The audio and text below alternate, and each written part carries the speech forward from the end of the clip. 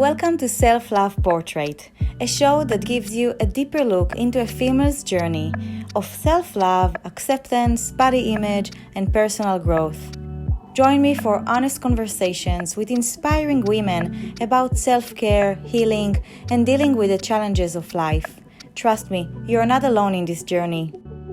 I'm your host, Idit Nissenbaum, a multimedia artist and a self-love portrait expert who have photographed and empowered dozens of women around the world so they can show up and build their own self-confidence and express their true essence. This is where you discover that loving yourself is not a selfish act, but it's actually the starting point of every healing journey. I invite you to listen, learn, and be inspired to love yourself more and taking care of your mind, body, and soul. Hello to you all and welcome to the podcast. Thank you for joining me today. I'm having a special guest. Let's bring on the amazing Shira Yellinek. Today I'm very happy to have Shira, which we are very good friends for almost 11 years. Wow, time flies. Yeah. So welcome. Thank you. I'm very happy to be here on the podcast. Yeah, it's been 11 years. It went by really fast. It's crazy. Yeah. I think I was one of many, but definitely one of your first guinea pigs that you were trying photo shoot. One time, I even remember in art school, you put a tape all over my body and sprayed blue spray all over my body. That's a true story. So yeah, I'm used to.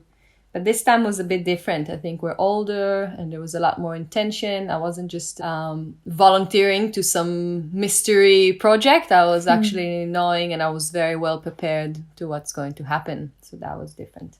Yeah. Well, now we're after the Naked Truth photo shoot. And that was for me a very empowering experience to have that and do it with you. First, I would like to start and ask you, what does self-love mean to you? Wow, it's a big question. For me, self-love, I think in simple, is taking care of myself. Putting myself first and taking care of myself physically, mentally, emotionally. Putting myself first is a major thing because many of us tend to put others first from this idea that we want to be kind and we want to sometimes maybe please the others, be a good partner or be a good friend or be a good daughter. But it's this opposite idea of taking care of yourself first in order for you to be full and ready to have capacity for other people in your life and be in your power. So that's something that really has been a process for me, and I'm learning every day how to put myself first, because even saying that sounds for me like it's something rude that I shouldn't do, or like something that I'm not necessarily proud of.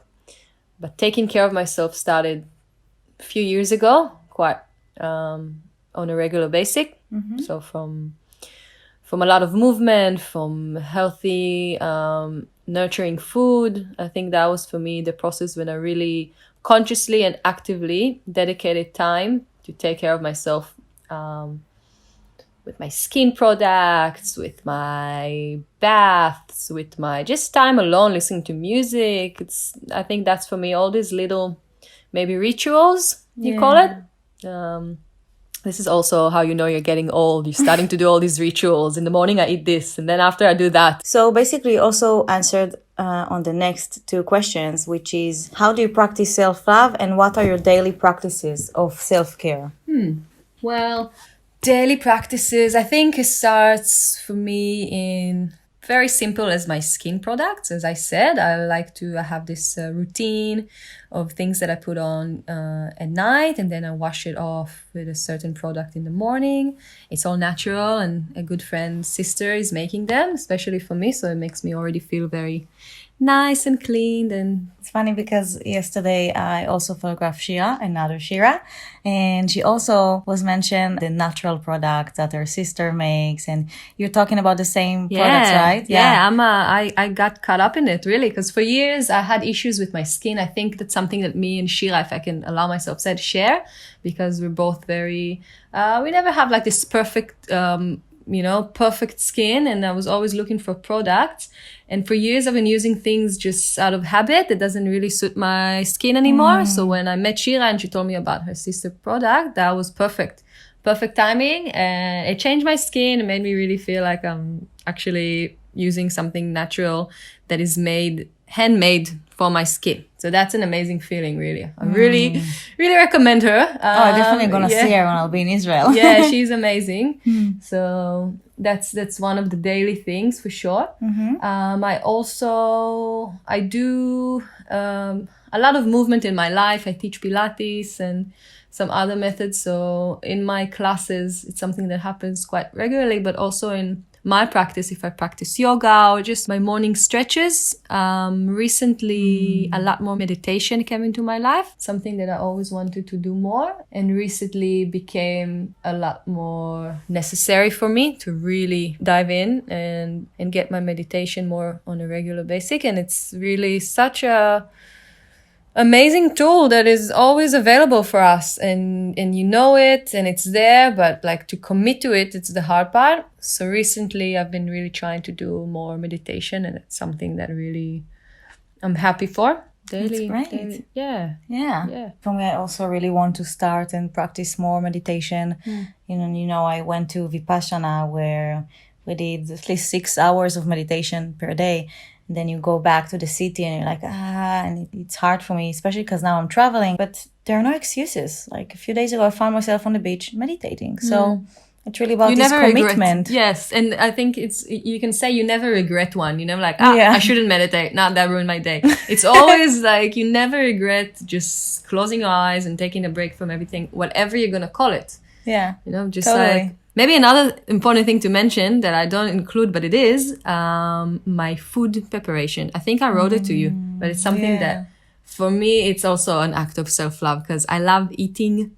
I also love, it's almost like a secret. I love sharing food, and I've been eating with you recently, and it's a nice social act, but I love eating by myself. I love eating by myself at home, out. I just love looking at the food, not looking at my phone, not looking at a screen, just really preparing my food, or even if I buy it, really like just eat when I eat and focus on what I'm eating. But if I make it myself and prepare it, even more, I like to take my time with it, and it actually takes a lot of time of my day, but it's something that I enjoy. For me, it's more than just eating it. It's thinking about it, getting the groceries, even if it's a quick salad, just like always thinking, how can I make it more interesting and different? I love feeding myself. That's great. Nourish yourself. And acai bowls. Just acai bowl a day as well. Yummy health bowls. I love, it's like also like a ceremony. All the jars with all the seeds and the nuts and the things to add and food. I'm a sucker for it. I love it. Really, I just enjoy it so much, unproportionately. I love it. Wow, it's crazy how you really start to answer the next question every time. Because the next one is also, how do you nourish your mind, body, and soul? I nourish my body with regular movement, and I think that I try also different things. So it's something that I know on my body, and I think it's something that other people share. If you keep doing the same thing for long, your body get used to it, and then you don't expand, you don't get out of your way. Body, mind, I think you can say it about a lot of things, but in the body as well. So I teach Pilates, I practice Pilates. If I only do that, I will still get stiff. Yeah. You need to surprise yourself. So I always try to bring a different quality. Like recently, I've been doing contact improvisation. That was completely, like for me, different, a bit more dance, expressive. There was a time when I started climbing a little bit. It was just nice to bring a different kind of movement to your life, even if it's just, if you practice mind, body, if you do yoga, Pilates, just go for a run sometimes. Just mix it up. It's nice. Yeah. And my food, as I mentioned, definitely is how I nourish. I think on mentally, I like to read. I'm reading many books at a time, which means I'm not reading anything. But I love reading. Sometimes I'm committing to one book, but I do love reading, even if it's like articles or things that get sent to me. Actually, many genius people read a few books at the same time. Yeah, well, yeah, I'm trying, but it's hard to really focus on what I'm reading. And then there are 3 at the moment that I carry with me. Mm-hmm. I take it slow as well. If I used to like read a book a week or 2, now I'm really taking it slow because life, Yeah. But reading is a major thing, and also just inspirational. If it's podcasts, just movies, I think it's important to expand. Listen to talks, listen to lectures, documentaries. I think the world is also searching for it more and more and more. Have you ever had issues with body image? Definitely. Since a very young age, I was aware of my body because I was a chubby little girl. So I didn't take my body for granted. I was this girl who's going to the pool with a shirt on. Looking back, I wasn't really overweight. It's more that I was self-conscious about it. I was also thinking a lot as a little girl. I was an introvert and very shy. So I saw myself very different to the rest. And I didn't have this tiny bikini. I had a full bathing suit, and I was, I always wanted to be skinnier. That was something that was talked about, and it's something that I was aware of with my family. Yeah, I think that my mom took care of it good and gently. She never made me feel like I need to lose weight or anything. She always emphasized the good things about my body, that I have good proportions. But I definitely felt like fat girl, and it never goes away, especially in such a young age. And there's some really, really deep memories of it, of things that were said by classmates or people that I've met that are such... Kids can be mean. Yeah, so vivid, very vivid memories. And I was also not very confident to answer back. So I was kind of taking it in. It's kind of built up as a trauma, probably. Yeah, but then it wasn't a really big episode. I think I grew up and in my teenagerhood, I was already starting to get the shape of a woman. I got my period, and I already felt a bit more, I got feedbacks from boys. I felt kind of pretty, and it went away. But always this obsession almost with diets and healthy food. And I wasn't abusing my body, but I always wanted to have, it was important for me. I always wanted to be more fit, more skinny, more tan. It's something that I think a lot of girls, young women also share when they grow up, because you're not going that deep necessarily in this phase into yourself, and you're very out there. So how you look is super important. So I was always trying to look better and be more skinny and go on those diets and read this book. And every time I felt skinny and I felt attractive, I felt happier, I felt better, really affected my mood. And I think that today I can say I'm a lot more balanced. It's still important for me. It's something that is important for me. I don't like to gain a lot of weight. I don't like to feel that I'm out of control in a way, but I'm letting it more be. It's not the only thing I'm hanging on, you can say. My looks is not the most important thing like it was when I was a teenager. So it's not the same, but definitely I was one of those girls who cared a lot and used to wear makeup, always dressing up with friends before you go to a party, and for hours and hours, and changing clothes. And I loved clothes, and I loved, yeah. Wow. And by the way, if you guys are going to see Shira today, she's super fit and looking good. So no, I think, because I also was one of these girls that very aware to her clothes and how does she look like. And it just reminds me a situation in my life. I think in 4th or 5th grade, you go with the class to learn. Oh my God. Swimming. That was a thing that was in my head since I was in 1st class. I knew that in the 5th class or the 4th class, everyone from school is going for swimming class together. Yeah. And every time I even ate something fattening, look how young it is. I was like, Shira, in a year from now or 2 years from now, we're all going to go to this, and you don't want to be fat when this happens. Wow. That was in my head. I was preparing for it. I was very, very nervous about it. And yeah, I got there and I was fat. I was still in my fat phase. I think the peak was 4th grade, 5th grade. And that's exactly when it happened. Mine too, yeah. That was definitely. But the situation that happened to me, which probably I hope did happen to you, the situation that I had this black bathing suit. And you know, this moment when you go out of the pool and kind of your butt is in front of everyone. Apparently, my bathing suit was half see-through. Oh gosh. And then someone told me, and I was like, oh my God, not just that I didn't want to be, to be seen and noticeable, but everyone saw my ass. Oh my God. I felt really horrible.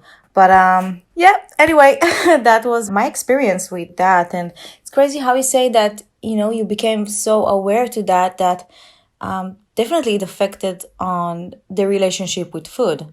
It's like, I can't eat that because in 2 years from now, I'm this and that. Yeah, I think one of the only places in my life I have self-discipline is with food, because it was since a very young age, and it was maybe the most rewarding straight away. It's like self-discipline. I could not even understand people that say, I want to lose weight, but going and eating that and that, because for me it was very easy in a way. It's like, I want to look good. I want to stay fit. I'm just not, it's not even like something that I'm going to be tempted by. I'm just not going to eat that cake. So that's something that I taught myself. I don't know even I don't even know how to start and how to go about it. If I should judge it, if it's good, if it's bad. Never but judge. It is what it is. Like where I have self-discipline, and I wish I had it in other fields of my life, is food and what I put in my body.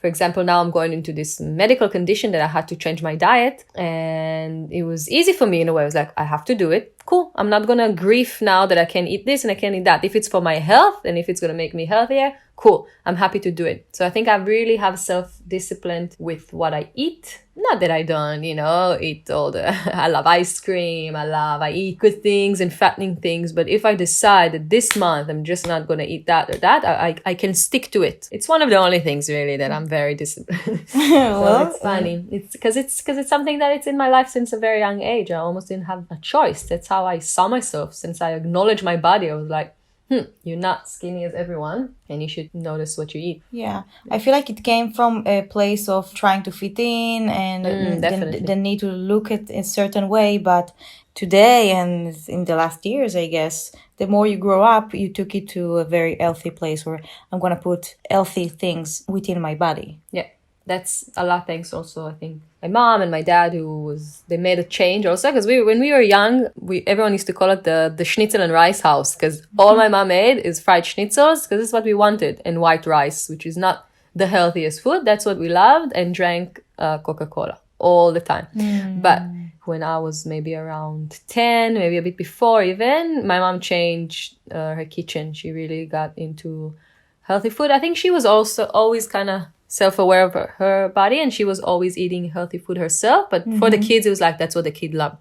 But then she changed it completely. She really went on a really healthy kitchen, and that made all the family a little bit healthier. And my dad also, with his he had like I don't know how to say it, ulkus, like he had like also medical condition. He had to change his diet completely, and I think this is where I got it from. He really has his self-discipline and rituals, and with his pomegranate juice and all of these things that he likes to do, all these like rituals with food and things that he eats, and he never drinks when he eats, and he reads an article and he just straight away start to follow it. And so it's been healthy food, and I was a house, so I was always even proud of it, because I loved that I knew different kind of food, and like kale, like 15-20 years ago, buckwheat, quinoa. It's things that were in my house, and I love that it's healthy and nurturing, and I just adopted it into my life as well. It's beautiful. Very inspiring. So growing up, what struggles did you experience in relation to loving yourself?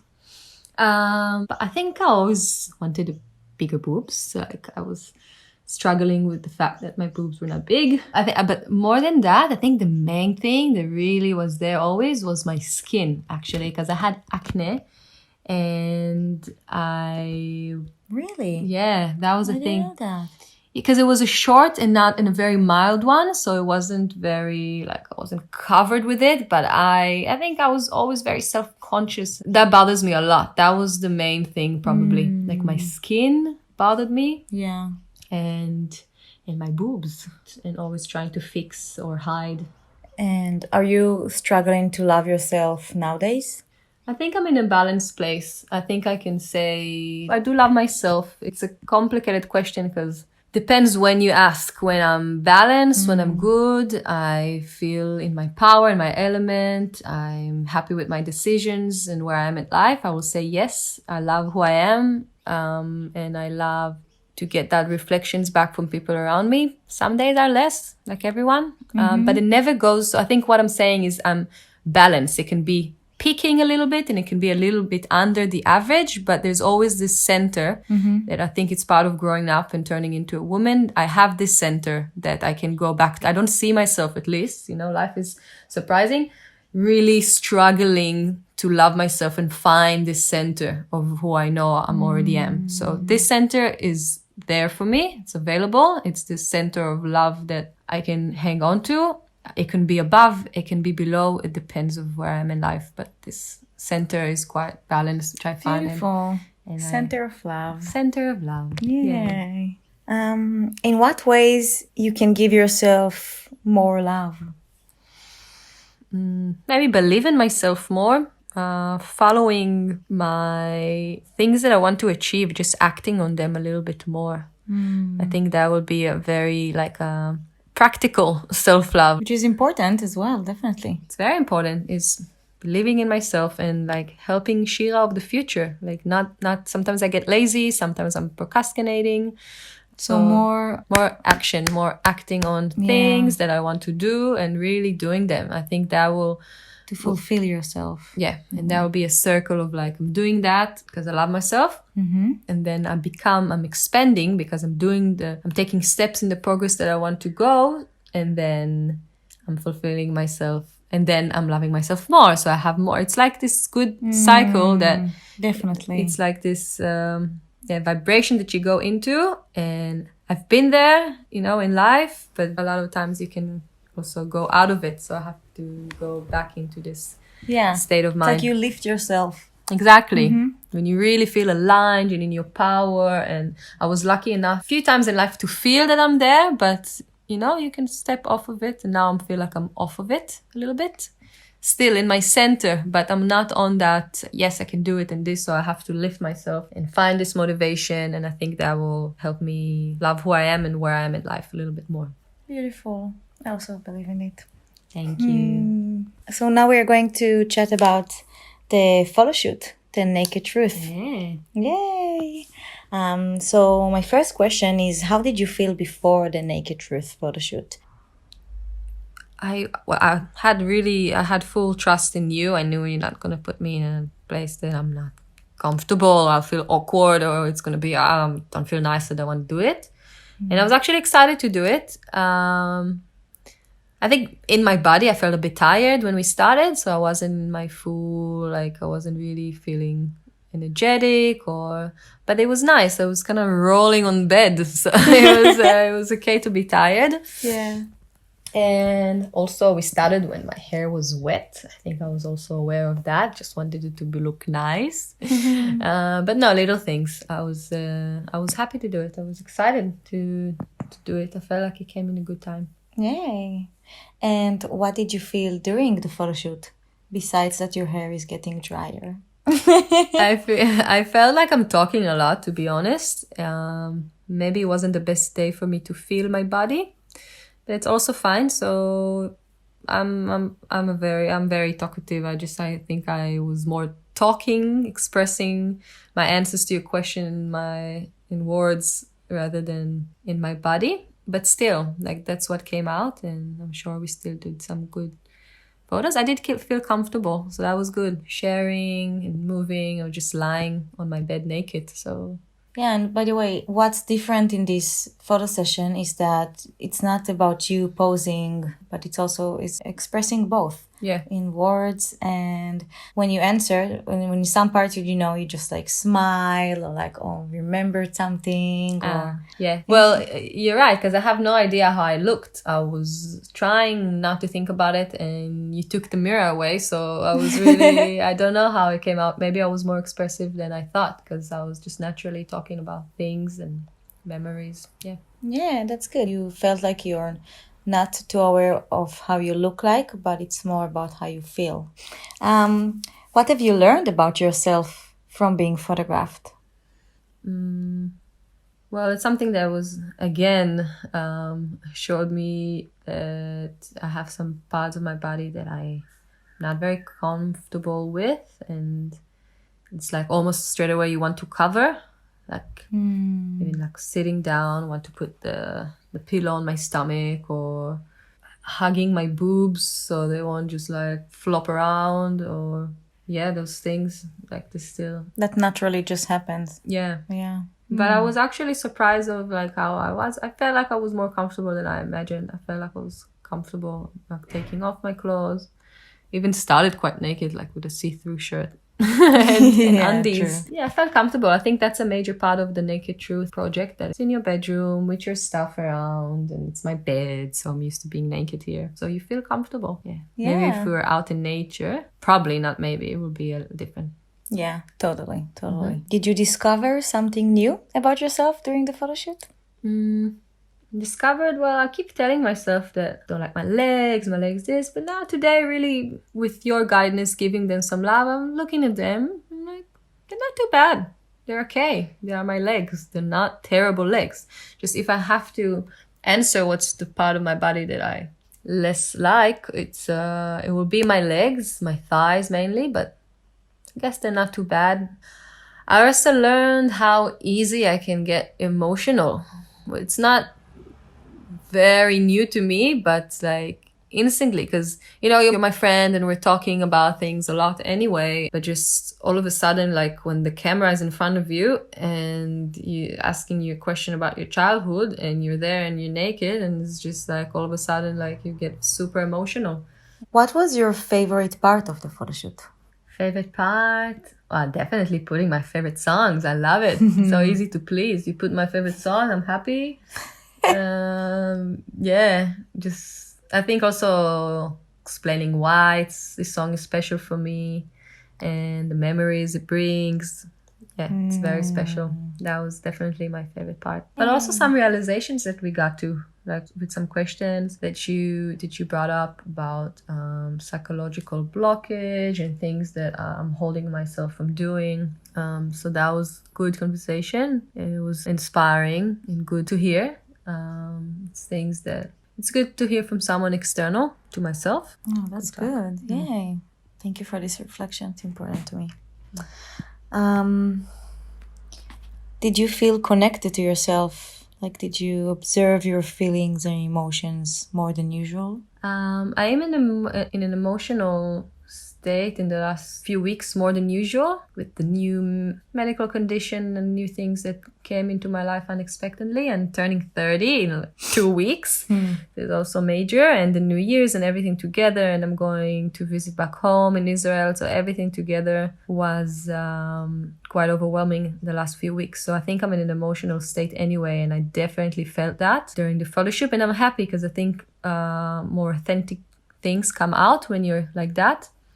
If I was in my working in my outgoing state of mind, which I'm usually, maybe it would be harder for me to connect and like stop everything. Okay, now we're shooting. So now it was really good timing and almost natural, because recently what I did, I put life a little bit on hold and working less, resting, connecting to myself more, going to therapy more, acupuncture. So that was like almost another thing that is therapeutic. So I feel more connected to myself in the last few weeks anyway. And that was just came synchronized good with the rest. Oh, that's good to know.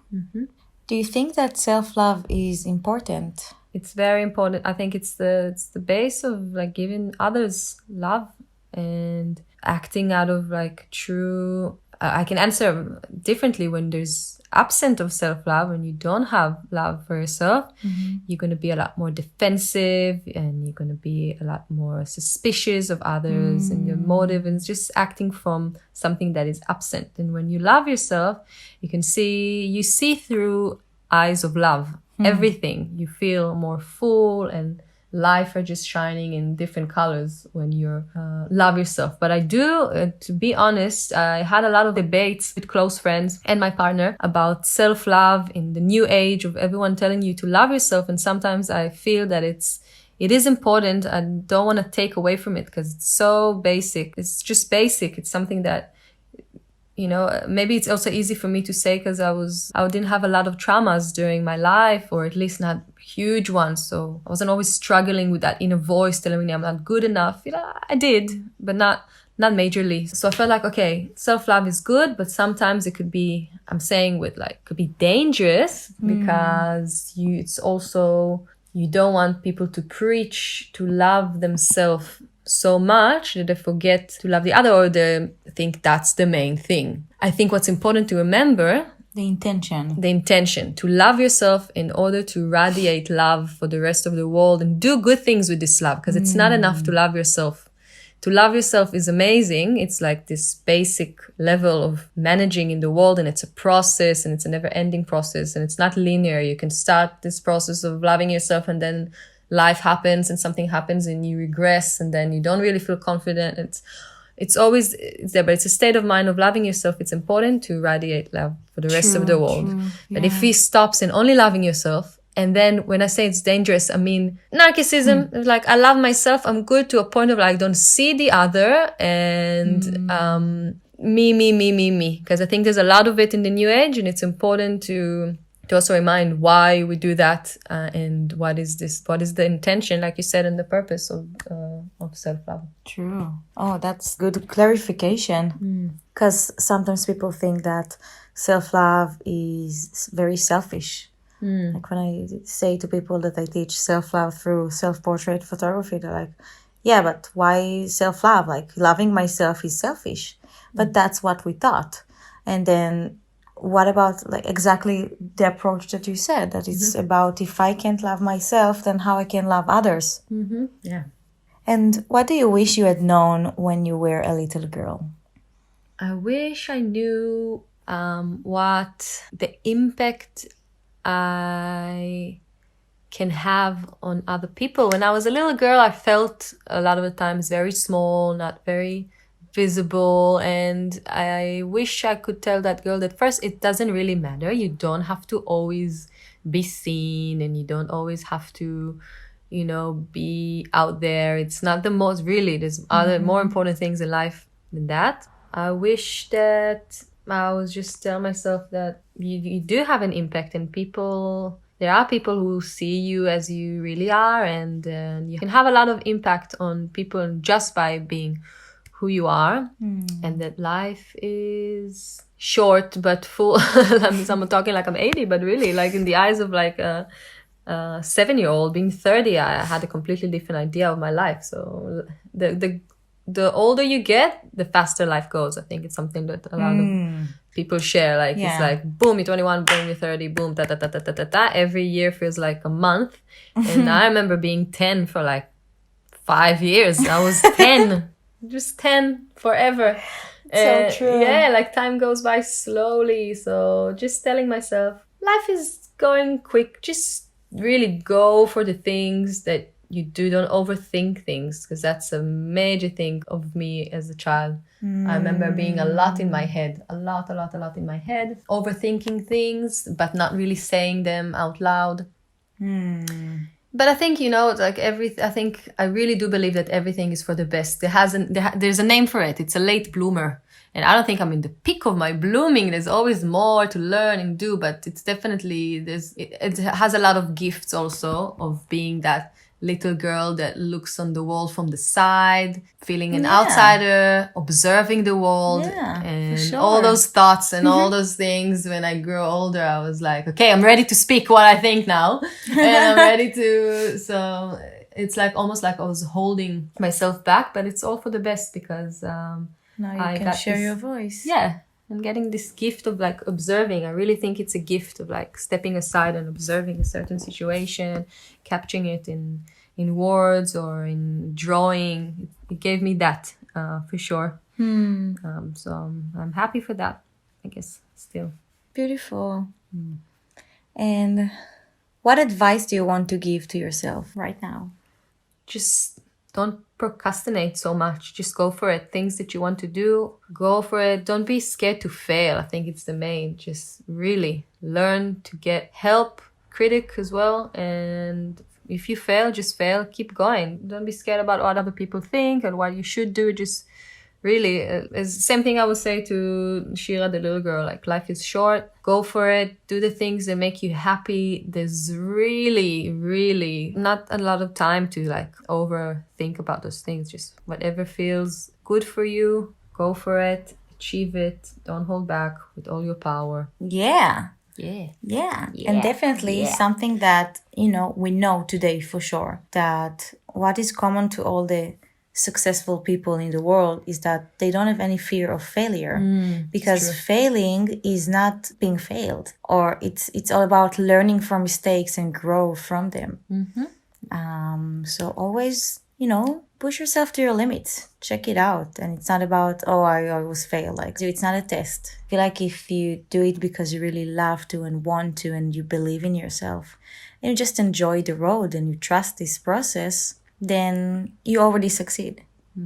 Yeah, 100%. You're right. It's just dealing with the ego when you fail. Meditation helps with that. Yeah. It's like, I failed, I'm not good enough, I should stop. Nah, I'm doing it anyway. Or like say, okay, I've been trying, or maybe, you can do something. They're like, I actually don't want to do it. And that's fine too. As well. Yeah. It's not like, this is who I am now. It's also an ego thing. Like, I decided I'm going to do this.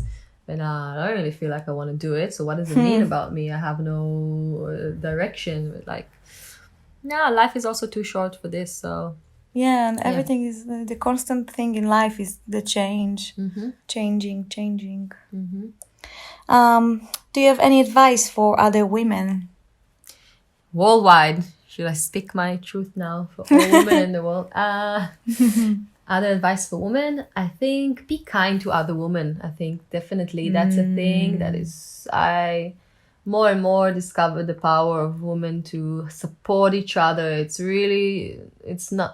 stronger than anything else, really. It's the power that women can have in collaborating and inspiring each other and pushing each other. So many women struggle with it, myself as well sometimes, but I'm working on it and I'm trying, and it's something that gave me a lot. I think I recognize it actually from a young age, but I didn't understand the extent of it. My intuition told me, like, surround yourself with women. I was never a girl hanging out with boys. I always surrounded myself with good female friends, and they gave me a lot of support in many obstacles in life. And I always felt that it's important to have those good friends around you. They can carry you and to be there for them as well. But as I get older as a woman, it's really like the extent of it is amazing. The things that other women can push each other is priceless. And you should just, if you like something about someone, say it. Just say it and support in every way that you can. So true. So true. Sisterhood, womanhood. Yeah. Ahoy. Well, Shira, thank you so much. My pleasure. It's my pleasure. No, my pleasure. My pleasure. Okay. Okay. No, really, my pleasure. It was really amazing. And I recommend everyone who is even thinking about it, and even if it looks scary to you, just go for it. It's worth it. And it's a really unique experience. So I'm happy you took part of it. Yay. I love you. Love you too. Thank you so much. Thank you. And till next time. Yeah. Thank you so much for listening. I appreciate your time and energy. And I'll be back next week with another inspiring self-love podcast. And if you want to learn about the power of photography and find out more about the Naked Truth photo ceremony, you can see all the information below this podcast episode. Thank you, friends, and have a magical week.